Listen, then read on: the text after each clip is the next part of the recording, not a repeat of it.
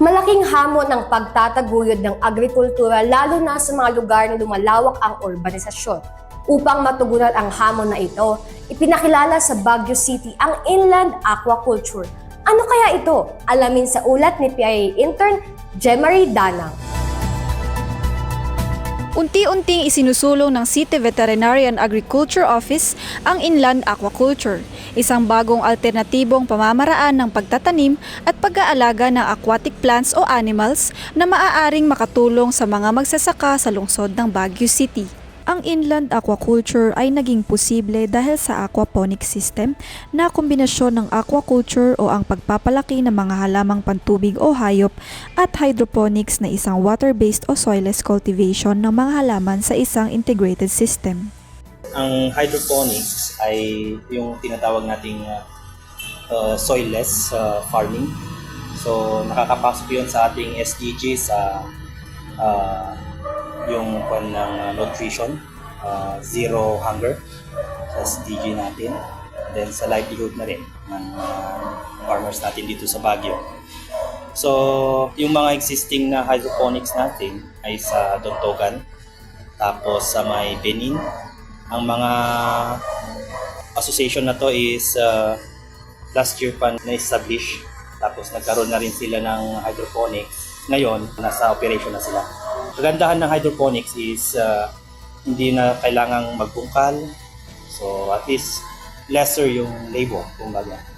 Tapos kumbaga comparing sa traditional na farming, at least mas resilient siya sa changes, weather changes, kasi nasa greenhouse na siya. Tapos meron na siyang parang automatic system.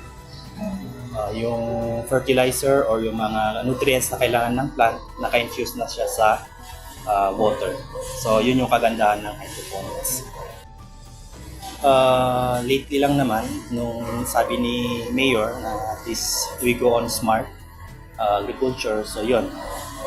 Yung ginawa nating hydroponics dito sa Dontogan and sa Pinsaw, medyo malaki yun, kaya yung consumption ng members ng organization, syempre hindi naman nila kayang ubusin natin yun. So yung parang extra, binamarket nila.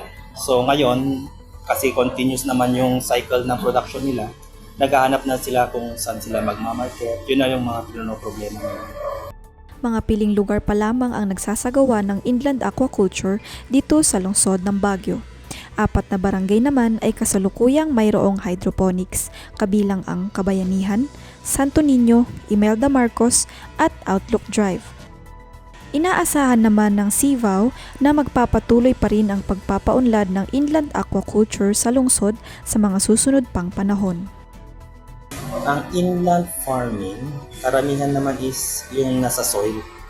So dito na sa Baguio, matagal naman nang may existing na garden dito sa Baguio. Yun nga lang, hindi sin laki ng Benguet or other places. So ang inland gardening, ang alam ko is yung sa soil, o yung kailangan mo na siyang cultivate, ganyan ng fertilizer. So yun yung parang common na ginagawa natin sa gardening. Inland farming natin dito sa Baguio is maliit lang. So yun yung mga garden kung sa mga backyard. Pero meron ding medyo malalaki sa mga city limits. Tulad dito sa Irisan, Apihalo, Camp 7. Yun yung mga area na meron pa namang malalawak na space for gardening. So yun yung mga parang source ng inland gardening na. Ang inland aquaculture ay patunay lamang na ang lungsod ng Baguio ay patuloy sa pag-unlad sa larangan ng agrikultura sa pamamagitan ng mga bagong inobasyon na makatutulong di lamang sa mga magsasaka at mga mangingisda, kundi maging sa mga nakatira rito.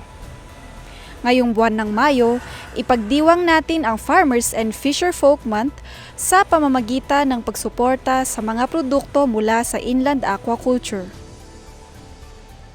Jemarie Danang, PIA SLU intern para sa PIA News Cordillera.